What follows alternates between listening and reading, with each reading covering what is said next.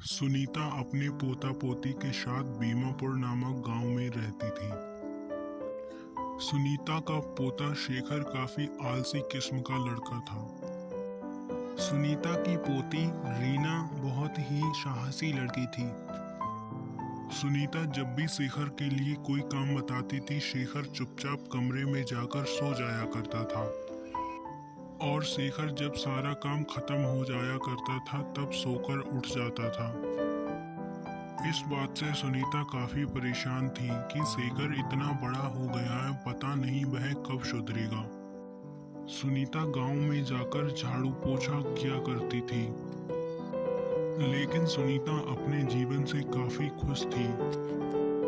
सुनीता अपने पोते और पोती के लिए हमेशा 2 वक्त का खाना तो देती रहती थी, लेकिन वह उन दोनों को हमेशा सिखाती थी कि अपने जीवन में आगे बढ़ो। शेखर, अब तू तो काफी जवान हो गया है और तू समझदार भी है, लेकिन तू मेरी तो एक ना सुनता है। तू अपने लिए अब कोई काम तलाश कर ले। दादी, क्या आप बाजार जा रही हैं? तो बाजार जा रही हो तो मेरे लिए भी अपने साथ ले चलो।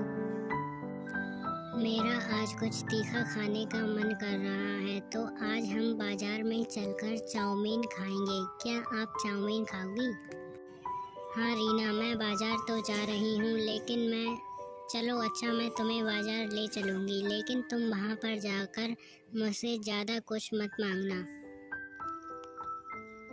बाजार में जाकर एक अनीता नाम की औरत अपना चाउमीन का स्टॉल लगाया करती थी। वह काफी स्वादिष्ट चाउमीन बनाती थी। रीना और रीना की दादी दोनों ने वहां पर बैठ के चाउमीन का खूब आनंद लिया और उसकी चाउमीन की खूब सारी नामवरी भी करी। अब रीना और रीना की दादी दोनों ने बाजार से सामान खरीद लिया और दोनों घर की तरफ निकल गईं। दादी, आपने देखा था कि अनीता आंटी के यहाँ स्टॉल पर कितनी भीड़ लगी हुई थी। मैं तो सोच रही हूँ अगर आप मेरा साथ दे दे तो मैं भी एक स्टॉल लगा लूँ। हाँ बेटा, मैं तुम्हारा साथ बिल्कुल दूंगी, क्योंकि मैं भी अब बूढ़ी हो चुकी हूँ, मुझसे भी कुछ काम नहीं होता है। अगर तुम काम करोगी तो मैं तुम्हारे लिए कुछ न कुछ जरूर इंतजाम करूँगी। रीना और रीना की दादी बाजार में जाकर अपनी जगह फिक्स कर देते हैं और वहां पर अगले ही दिन से चाउमीन का स्टॉल लगाने लगते हैं। उसके स्टॉल पर सबसे पहले 2 लड़कियां चाउमीन खाने के लिए आती हैं। उन दोनों लड़कियों को रीना की और रीना की दादी की चाउमीन बड़ी पसंद आती है। वे खूब नामवरी करती हैं। अब रीना और रीना की दादी के स्टॉल पर काफ़ी भीड़ लगने लगी थी।